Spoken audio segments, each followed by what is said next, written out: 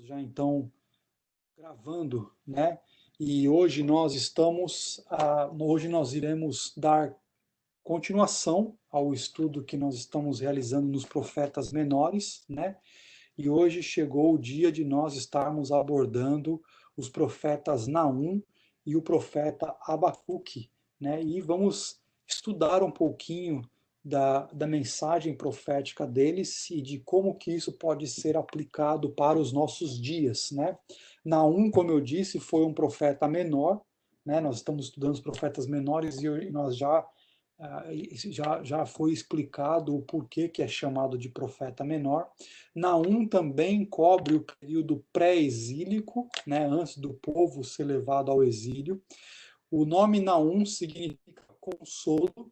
Ele foi um profeta de Deus que foi enviado a Judá, e o livro foi escrito provavelmente entre 663 a 612 a.C.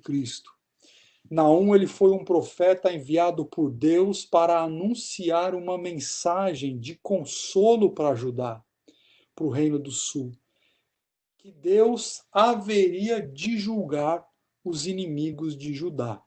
Quer dizer, o livro de Naum ele possui 3 capítulos, né, que podem ser divididos da seguinte forma. No capítulo 1, nós temos a ira de Deus sendo descrita, ou a descrição da ira de Deus. Deus é bom, muito paciente, e o seu poder é imenso, mas Deus também é zeloso, vingador e furioso. Deus haverá de punir os ímpios, e o Senhor não deixará impune o culpado. Quer dizer, tudo isso está claramente, né, exposto para nós no capítulo 1 do livro de Naum. Já no capítulo 2, nós temos a ira de Deus sendo demonstrada.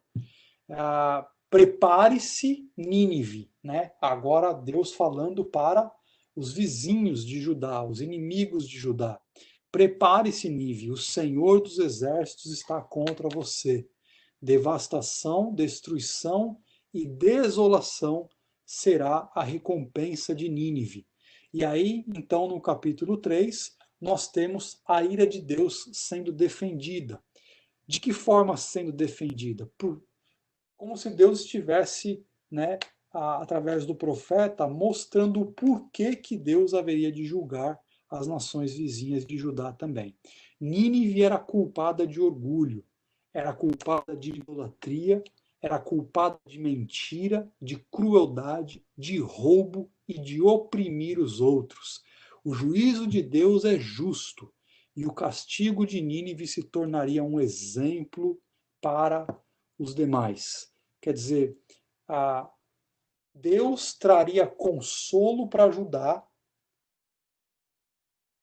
mostrando para Judá que aqueles que perseguiram, né, o povo de Deus, no caso aqui, Nínive é a capital da Síria, o reino do norte foi levado ao cativeiro assírio, né? Então, Judá viu o sofrimento dos seus irmãos na mão de Nínive, na mão de Assíria, e Deus promete para ele o seguinte: eu vou puni-los também. Não pense vocês que eles são uma nação justa e vocês não são. Não. É interessante. Deus está usando uma nação mais injusta, né? Ou vamos dizer assim, tão injusta quanto, né, Israel, para punir Israel, mas Deus também haveria de punir essas nações. E da mesma forma aconteceu mais tarde com a Babilônia também, que foi a nação, o instrumento que Deus utilizou para punir Judá, né, o reino do sul, mas que posteriormente Deus também puniu a Babilônia. Quer dizer, Naum foi um profeta enviado por Deus para Judá, para profetizar no período entre 663 a 612 a.C., quando Nínive, que era a capital da Síria, caiu nas mãos da Babilônia. Quer dizer, a Babilônia já estava começando, né, a conquistar o mundo, né, vamos dizer assim, já conquistou os assírios agora, já que a Síria tinha conquistado também o povo da Israel, né, quer dizer, assim por diante. A Síria havia conquistado Israel em 722, né? Naum, ele anunciou uma mensagem de consolo para Judá, que estava diante de uma iminente destruição nas mãos da Babilônia. Quer dizer, Judá ia cair nas mãos da Babilônia. A mensagem dizia que Deus também julgaria os inimigos de Judá. A Síria havia conquistado Israel, como eu disse, em 722, como resultado direto do juízo de Deus contra os pecados de Israel, mas Deus também executaria juízo sobre Nínive, que são os assírios, por causa dos seus próprios pecados. Deus já tinha enviado o profeta Jonas, lembra? 150 anos antes, com a sua promessa do que aconteceria se os ninivitas, o povo assírio, continuassem seus maus caminhos. As pessoas daquela época, lá atrás, 150 anos antes, parece que tinham se arrependido, haviam se arrependido, mas essa nova geração vivia tão mal, se não pior, do que aquela geração anterior. Aparentemente, o reavivamento liderado por Jonas, né, em Nínive, 150 anos antes, não havia continuado. Nínive havia retornado à idolatria, à violência e à arrogância. Há quem diga que os assírios tinham se tornado absolutamente brutais em suas conquistas. Entre outras atrocidades, eles penduravam os corpos de suas vítimas em postes explicitamente e colocavam a pele das pessoas, eles arrancavam a pele das pessoas e colocavam na tenda de suas casas, para mostrar o quão maligno eles eram, né? O quão sanguinários eles eram. Naum estava dizendo ao povo de Judá para não se desesperarem, pois Deus havia pronunciado o seu julgamento e os ninivitas em breve sofreriam nas mãos da Babilônia, ficando sob o seu domínio. Quer dizer, Deus não iria. A gente sabe, né? Eu vou falar um pouquinho mais sobre isso depois, mas eu só quero fazer um parênteses para vocês aqui. A Bíblia diz que o julgamento começa pela casa de Deus, correto? E é exatamente o que a gente vê acontecendo aqui na história dos profetas. Os profetas anunciaram que o julgamento viria primeiro ao povo de Deus, por causa do seu abandono, da sua idolatria, dos seus pecados, da sua revolta contra Deus, né? Então, o julgamento viria sobre o povo de Deus. E Deus usaria as nações vizinhas para julgar o seu povo. Mas Deus não deixaria essas nações impunes, porque essas nações também são pecadoras e também merecem o juízo de Deus. Então, o que nós estamos vendo é que Deus é justo em julgar o pecado, mas que ele começa sempre pela casa dele, pelo povo dele. Deus traz o julgamento e o julgamento vai se expandindo. Então, vamos ver agora um pouquinho mais em detalhes cada um desses capítulos de Naum. Lá no capítulo 1, como eu disse, a ira de Deus é descrita. Deus é bom, Deus é muito paciente, o poder dele é imenso, mas Deus também é zeloso, vingador e furioso. Deus é um Deus santo, e a ira de Deus é uma santa cólera, ou seja, uma resoluta disposição eterna, uma atitude contra o pecado e contra todo tipo de impiedade. Ou seja, Deus não pode, né, conviver com o pecado. E mesmo sendo um Deus bom e tardio em se irar, ele exercerá juízo sobre o pecado da sua maneira e no seu tempo. Deus haverá de punir os ímpios e o Senhor não deixará impune o culpado. Isso é o que praticamente nós vemos no capítulo 1. No capítulo 2 de Naum, a ira de Deus é demonstrada. Nínive, né, a capital dos assírios, foi o objeto da ira de Deus por causa dos pecados deles. Com Jonas, como nós vimos, Nínive havia sido objeto da misericórdia de Deus. Lembra, Jonas, 150 anos antes, tinha já anunciado para eles, né, o arrependimento. Agora, porém, 150 anos depois, a ira de Deus contra o pecado seria demonstrada. Por quê? Porque essa geração que veio depois daquela geração dos ninivitas lá quando Jonas pregou, era uma geração muito pior. Prepare-se, né? A mensagem era: prepare-se, Nínive, porque o Senhor dos exércitos está contra você. Devastação, destruição, desolação vai ser a tua recompensa.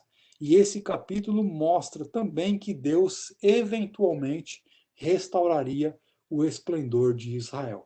Quando a gente chega no capítulo 3, a ira de Deus então é defendida. Será que Deus foi justo ao destruir Nínive? Naum responde que sim, por causa da absoluta impiedade de Nínive. O que a Assíria havia feito com as outras nações seria feito da mesma forma com ela. A retribuição de Deus era justa. Além do mais, Nínive não era melhor do que Tebas, Noamon, né, em hebraico, uma cidade no antigo Egito que Deus havia destruído em 663 a.C. Nínive era culpada de orgulho, de idolatria, de mentira, de crueldade, de roubo, de assassinatos, derramamento de sangue e de oprimir os outros. O juízo de Deus era justo e o castigo de Nínive se tornaria um exemplo para os demais.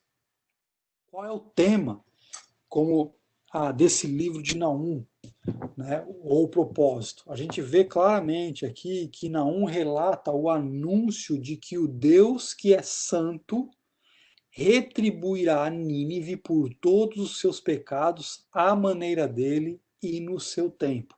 E a mensagem que nós podemos aplicar desse livro para a nossa vida são duas. Primeira delas, nós podemos descansar confiadamente quando a gente deixa a vingança nas mãos de Deus, né?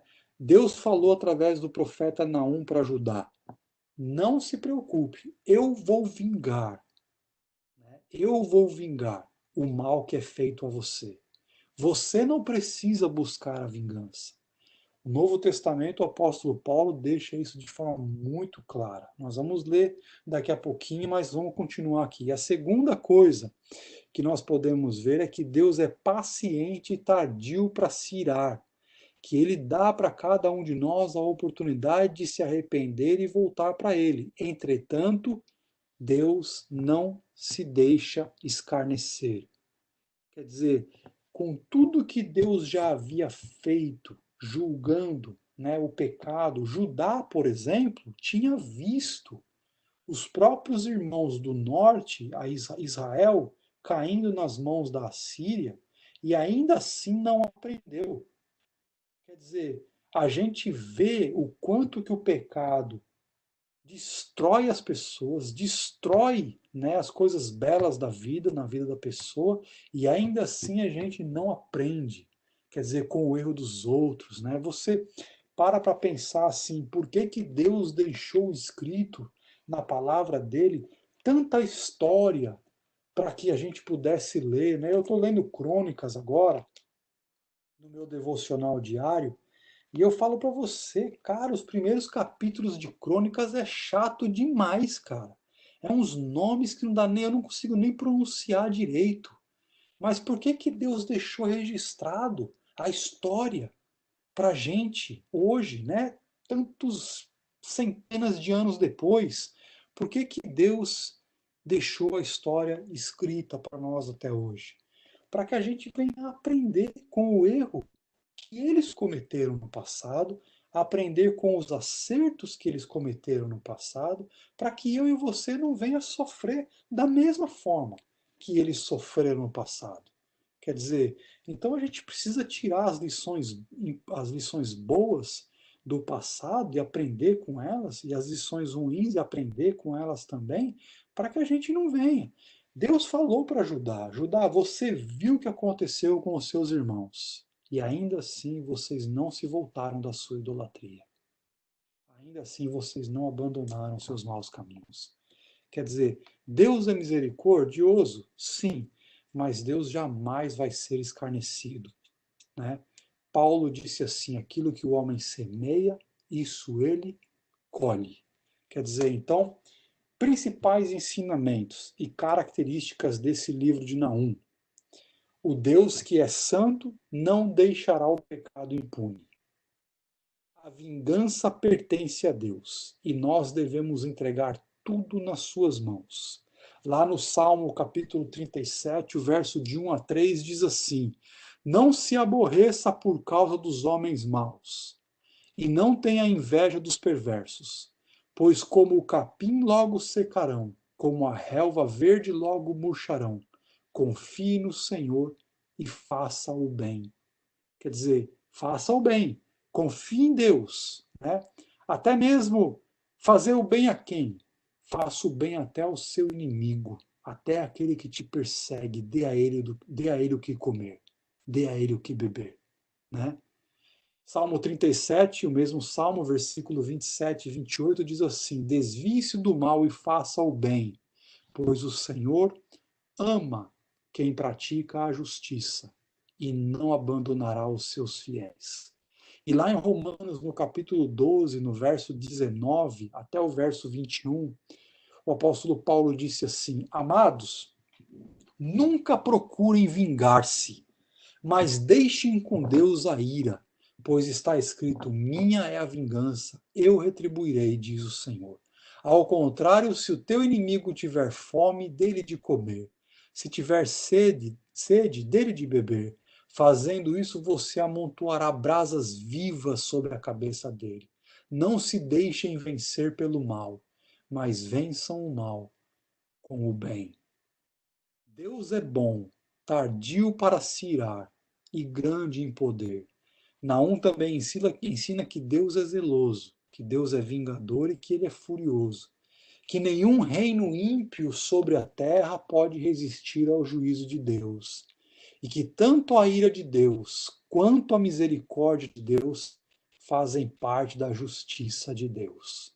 Quer dizer, quando a gente fala da justiça de Deus, a gente tem que entender que a justiça de Deus, existem os dois pesos que balanceiam a sua justiça: o peso da ira e o peso da misericórdia.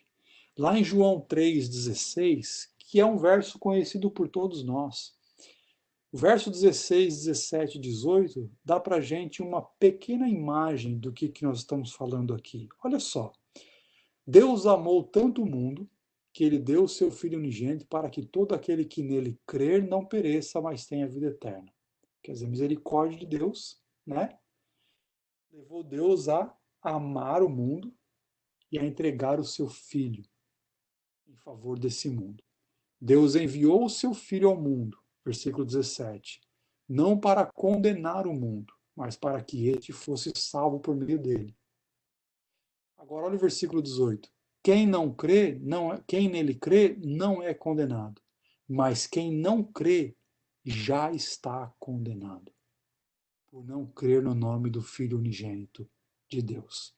Em outras palavras, claramente nesses 3 versos de João 3, nós vemos o quê? A justiça de Deus.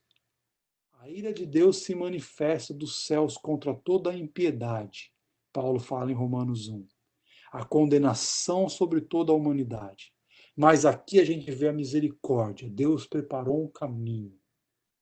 Deus enviou o seu Filho para que todo aquele que nele crê não viva debaixo dessa condenação. Por isso que Paulo fala em Romanos 8, já não há mais condenação.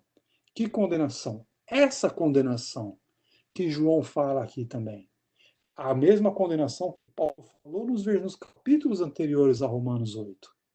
Mas também a gente vê claramente aqui. O versículo 36 de João 3 diz assim: Quem crê no Filho tem a vida eterna, já quem rejeita o Filho não verá a vida, mas a ira de Deus, olha só, a ira de Deus permanece sobre ele. Quer dizer, Naum ensina então para a gente, né, que Deus julga o pecado no seu tempo, da sua maneira, mas que ele também é misericordioso, que se você voltar para Deus, você também vai receber da misericórdia. Mas permanecendo nos pecados, ninguém vai zombar de Deus. Mais cedo ou mais tarde, como Paulo mesmo disse, a gente vai acabar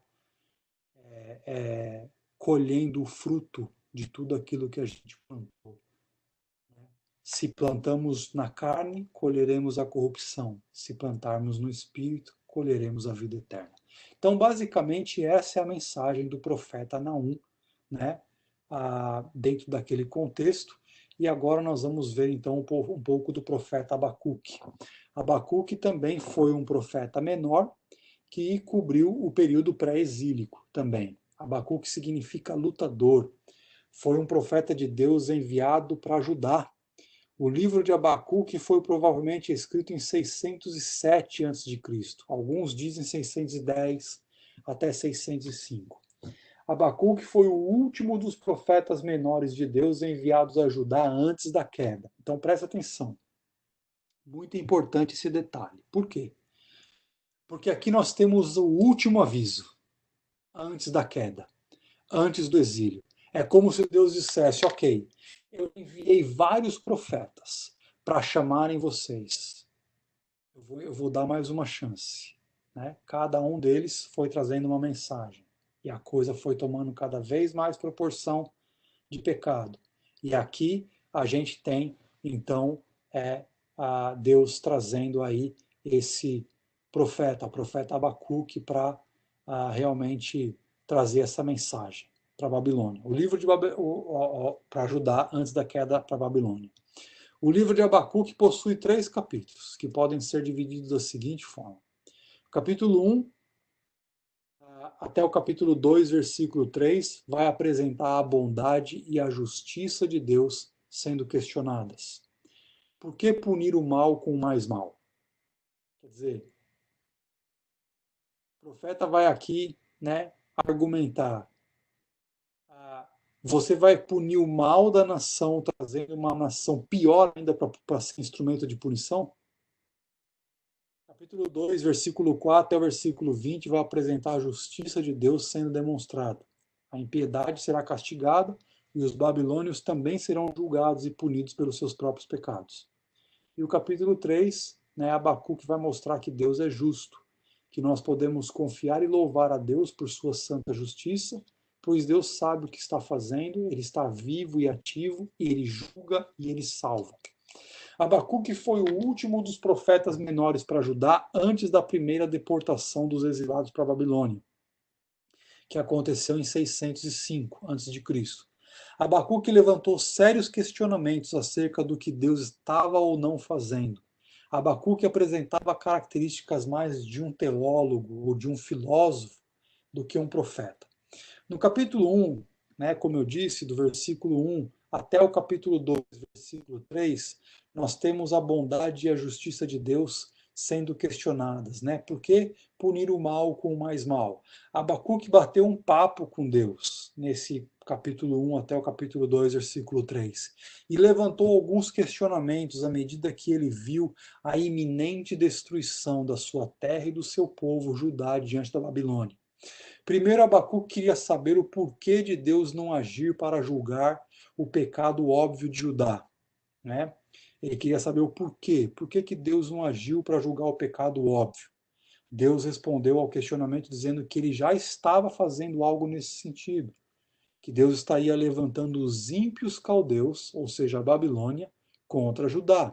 Quer dizer, aqui Abacuque pergunta: Senhor, você está vendo o julgamento? Você está vendo o nosso povo como te abandonou? Você não vai fazer nada? Você não vai julgar o pecado deles? E Deus fala: Abacuque, eu já estou fazendo isso. Eu estou levantando uma nação, né, mais ímpia para julgar o pecado do meu povo Judá. É importante lembrar que no passado Deus já havia feito algo semelhante, né? Deus havia usado Israel, você vai lembrar, eu vou ler o texto para você e você vai lembrar disso. Deus havia usado Israel como seu instrumento de juízo contra os pecados dos cananeus. Você lembra? Lá em Deuteronômio capítulo 9, diz assim no versículo de 4 até 6.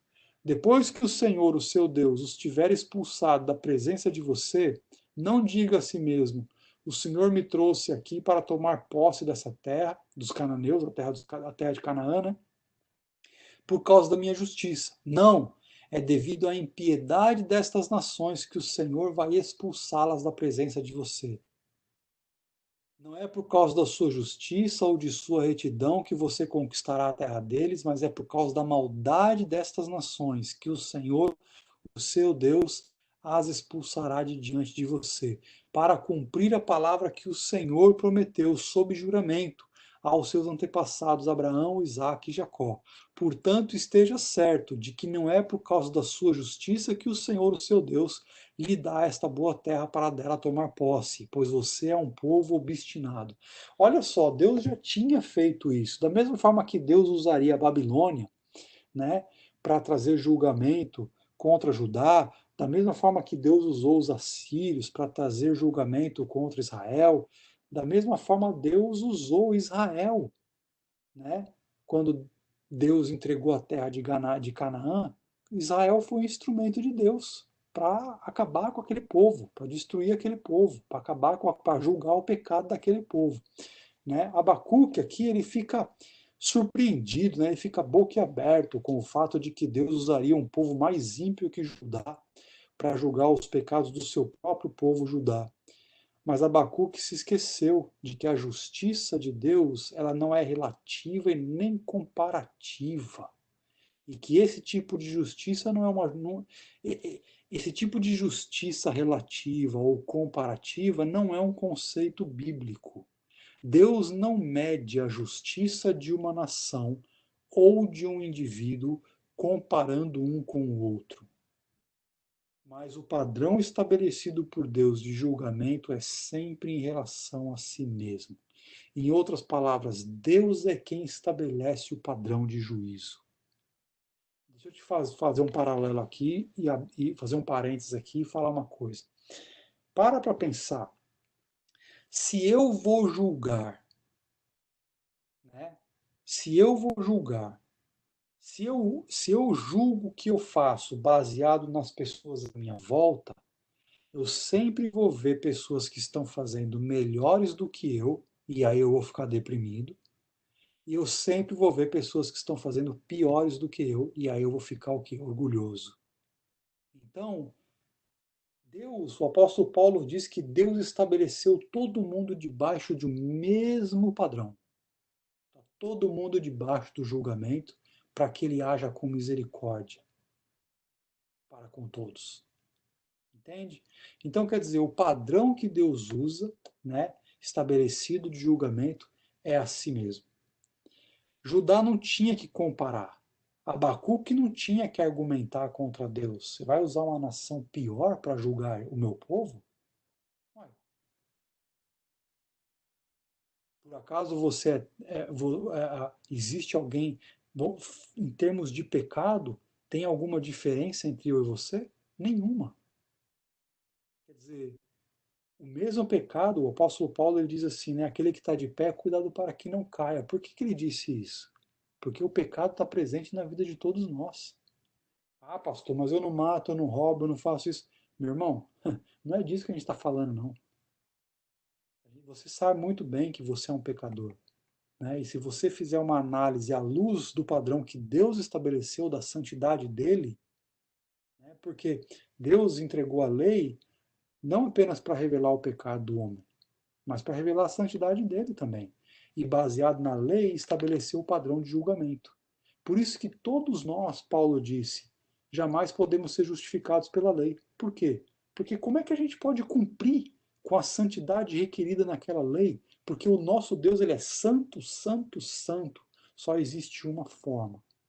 Alguém que é santo, santo, santo, morrer e pagar no seu próprio corpo o requerimento da lei.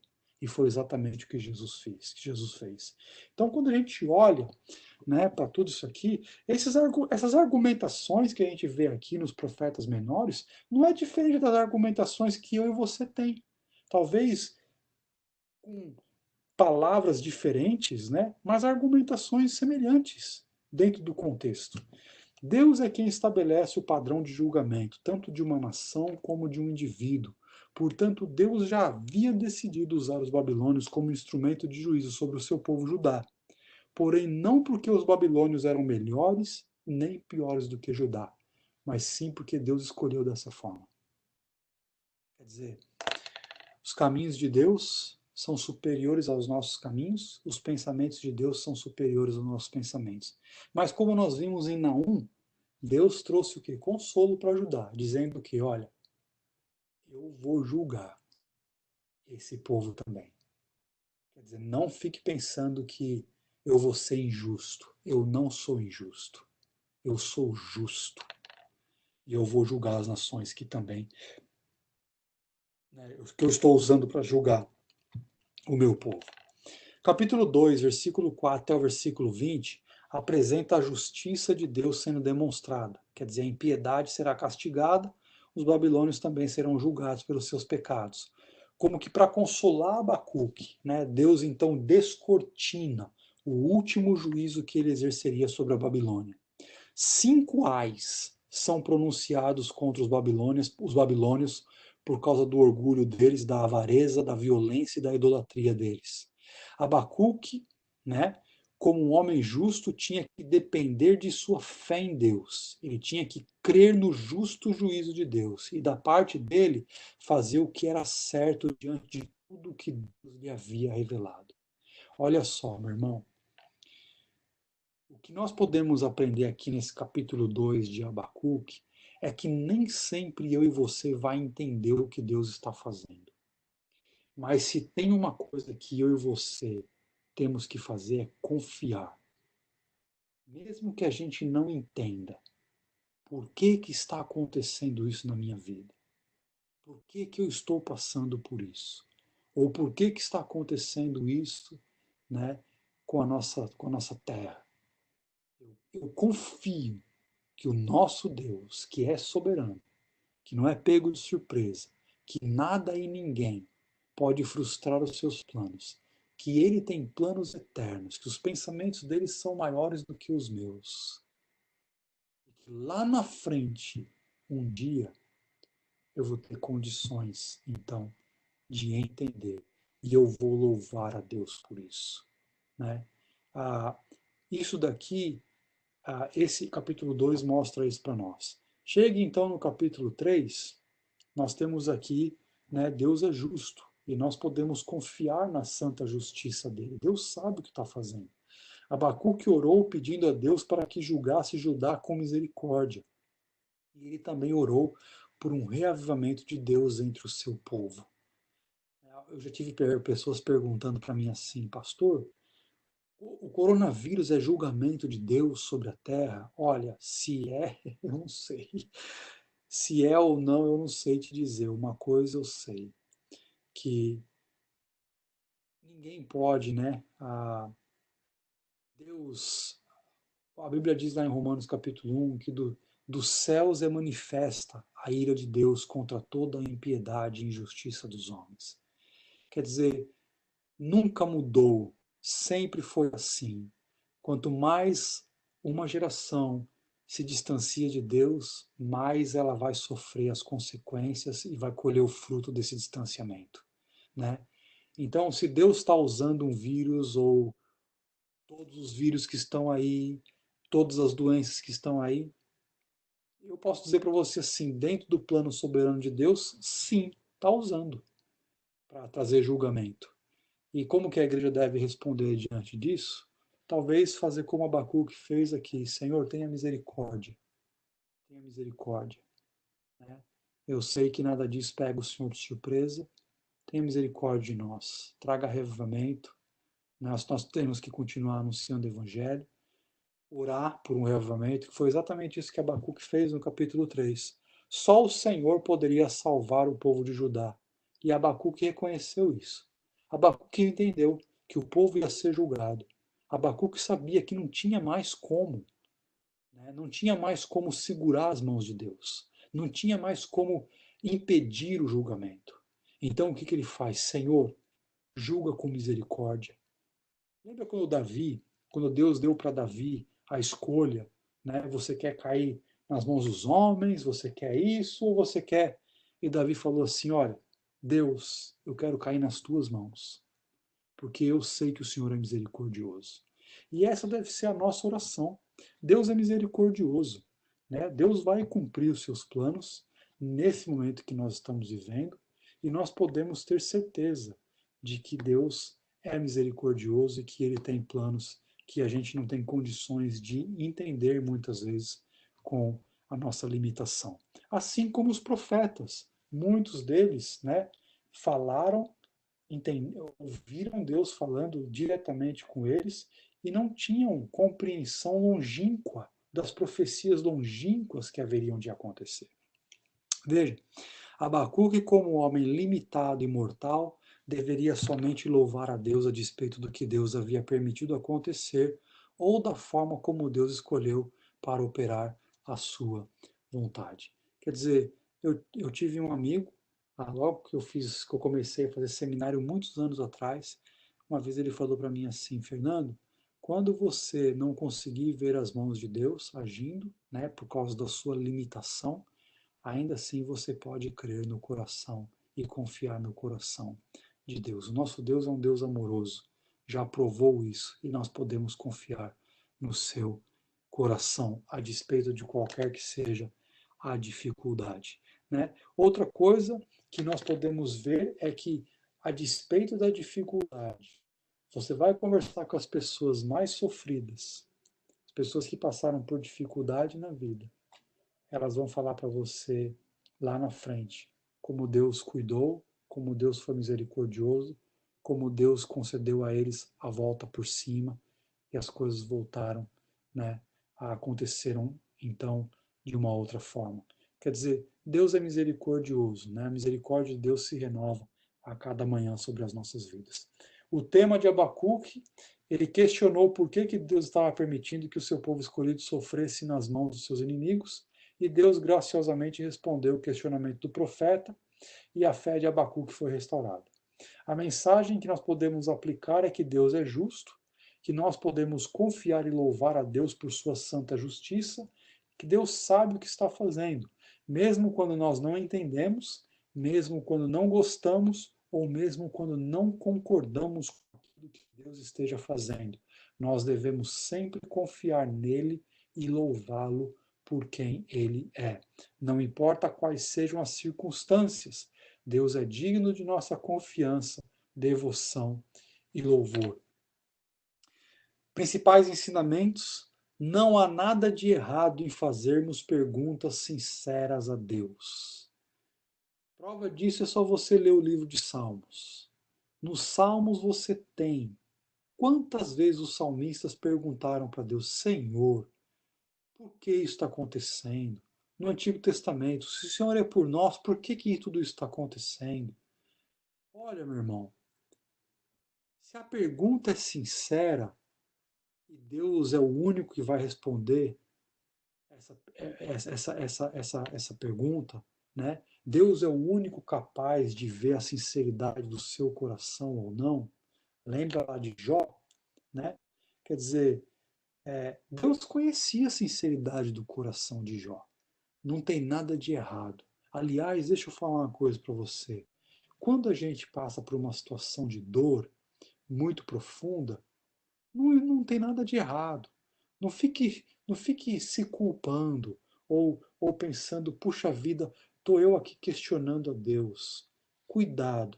É admissível questionar o que Deus está fazendo, embora isso deve ser feito com respeito e reverência. E jamais, e humildade, tá? Respeito, reverência e humildade. Humildade em que sentido? Você pode expressar o seu questionamento, você pode expressar, mas jamais perca a reverência, jamais perca o respeito e jamais perca a humildade, a confiança de que, olha, você pode fazer igual o salmista fazia. Deus, por que isso? Deus, por... Mas olha, ou igual o Jó fez, chegou no capítulo 42, ele falou o quê? Poxa, eu falei de coisas que eu não entendia. Questionei coisas que eu não entendia, mas hoje os meus olhos te veem e agora eu compreendo. Quer dizer, reverência, humildade, né, respeito. Isso daí é algo que a gente é devido a Deus, da nossa parte.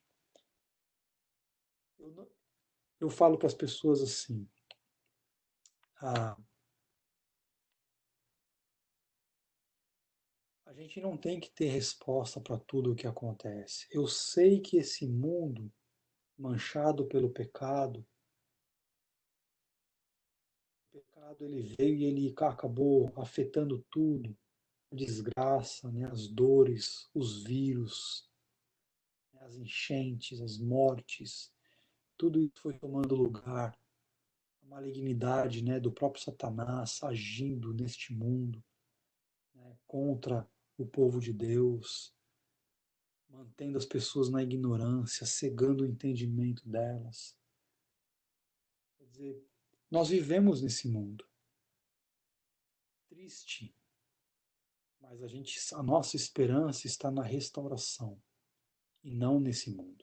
A nossa esperança está na restauração que virá, né? Naquele dia Deus enxugará dos nossos olhos todas as nossas lágrimas. Então, mantenha essa postura. Quando perguntamos a Deus, devemos também aguardar a sua resposta e estarmos abertos para qualquer que seja a resposta de Deus, né? Ah, quando Deus responde às nossas perguntas, nós devemos aceitar as suas respostas. Às vezes não é evidente para nós o que está acontecendo, especialmente quando a gente está sofrendo. E por vezes ficamos maravilhados ou até mesmo surpresos com o que Deus está fazendo. Deus mede a justiça das pessoas e das nações conforme o seu próprio padrão e não comparando umas às outras. O homem justo vive por sua fé em Deus. Lá em Romanos, no capítulo 1, Paulo usou, né, esse texto, exatamente de Abacuque. Não me envergonho do evangelho, porque é o poder de Deus para a salvação de todo aquele que nele crê, primeiro do judeu, depois do grego, porque no evangelho é revelada a justiça de Deus. Uma justiça que do princípio ao fim é pela fé, como está escrito, e aqui está a referência, o justo viverá pela fé. Gálatas 3,11 diz que é evidente que diante de Deus ninguém é justificado pela lei, pois o justo viverá pela fé. Hebreus 11,6 diz que sem fé é impossível agradar a Deus, pois quem dele se aproxima precisa crer que ele existe e que recompensa aqueles que o buscam. Quando a gente não compreende, quando não gostamos, quando não concordamos com o que Deus está fazendo, ainda assim devemos louvá-lo. Quer dizer, essa é uma postura de reverência. 1 Tessalonicenses, capítulo 5, versículo 16, diz assim, 17, 18, alegrem-se sempre, orem continuamente, deem graças em todas as circunstâncias. Veja, em todas as circunstâncias, pois essa é a vontade de Deus. Quer dizer, isso significa que quando eu passo pelo vale da sombra da morte, eu devo ainda louvar a Deus? Sim. Por quê? Você quer um motivo melhor ou um motivo maior de louvar a Deus do que a certeza que Jesus disse para mim e para você? De que nesse mundo nós teríamos aflições, mas que Ele estaria conosco? Ou como o próprio Salmo 23, ainda que eu andasse pelo vale da sombra da morte, não temeria mal algum, porque Tu estás comigo. Quer dizer, sabe por que que Deus é digno do nosso louvor, mesmo quando a gente sofre? Ele é digno porque Ele está com a gente. Ele está com aquele de coração quebrantado e contrito. Deus está perto desses, né? Agora, se a nossa postura for uma postura de avareza, uma postura de nariz empinado, né? Orgulho, aí então provavelmente a gente vai ter um sofrimento muito pior, né? Deus é santo, ele não pode olhar para o pecado e aprová-lo. Deus é digno da nossa confiança e adoração, a despeito de qualquer circunstância. Ele é santo, justo e sabe o que está fazendo melhor do que nós, melhor do que eu e você. Deus sabe, né, o que está fazendo, o que ele está fazendo. Resmungar, reclamar acerca do que Deus faz ou de como Deus faz é sinal de rebeldia, portanto é pecado, né? Algumas das desgraças nós mesmos trazemos, né? Nós mesmos atraímos para a nossa própria vida, outras é fruto desse mundo caído, né? Cheio de pecado, que mostra mais uma vez que a gente precisa da redenção e que a redenção desse mundo só virá através da mensagem do Evangelho sendo proclamada. Quer dizer, a aplicação prática desse livro é que o livro de Abacuque ensina que Deus é um Deus santo, soberano, onipotente, que tem todas as coisas sob o seu controle, que nós é que precisamos aquietar o coração e confiar que Ele está trabalhando, que Ele está agindo. Deus é Deus e sempre cumpre com as suas promessas, e Ele punirá os perversos. Precisamos manter a seguinte realidade em foco, como diz lá em Abacuque 3,19. O Senhor, o soberano, é a minha força. Ele faz os meus pés como os do servo, faz-me andar em lugares altos. Andar em lugares altos só é possível quando nós nos entregamos completamente a Deus, quando permitimos Deus nos guiar e nos ensinar, quando permitimos Deus nos levar aos mais lugares altos com Ele, onde nos distanciamos do mundo. Às vezes o caminho que temos que percorrer para chegar lá é através do sofrimento e da tristeza, mas se descansarmos e confiarmos nele, alcançaremos o seu objetivo para nós, objetivo que muitas vezes nós não entendemos no momento que estamos passando de tristeza ou de agonia. Então, a mensagem de Abacuque é: confie em Deus. Deus é soberano, Deus é onipotente. Apesar de toda a dor, de toda a tristeza, Deus é justo, né? E nós podemos louvá-lo, podemos confiá-lo, podemos confiar nele e podemos ter certeza de que tudo o que ele faz, como Paulo disse, né, lá na carta aos Romanos. Deus opera em todas as coisas para o bem daqueles que amam a Deus. Você ama a Deus? Sim. Então saiba que Deus está operando em todas as coisas para o seu bem. Mas, pastor, e esse sofrimento? Eu lamento esse sofrimento. Lamento muito. Porque todos nós, porque vivemos neste mundo, porque vivemos num mundo caído pelo pecado, manchado pelo pecado, todos nós também sofremos as consequências desse pecado. Cristão pega coronavírus, cristão morre de câncer? Morre. Cristão fica pobre? Fica. Cristão passa fome? Passa. Cristão é perseguido? É. É assassinado? É. Por quê? Porque nós estamos neste mundo que é a realidade desse mundo. Mas nós estamos aqui nesse mundo para apontar para o dia da restauração, para apontar para aquele que pode restaurar todas as coisas. Caso contrário, meu irmão, eu e você tem a vacina para o pior vírus que existe, que já existiu, que existe e nunca vai existir um vírus pior do que esse, chamado pecado. E eu e você tem a receita da vacina aqui. E é isso que a gente precisa mostrar para as pessoas. Seguindo essa receita aqui, eles também ficarão livres desse pior vírus que existe, que já existiu e que nunca vai existir vírus pior. Tá bom? Eu finalizo a gravação aqui. Basicamente esse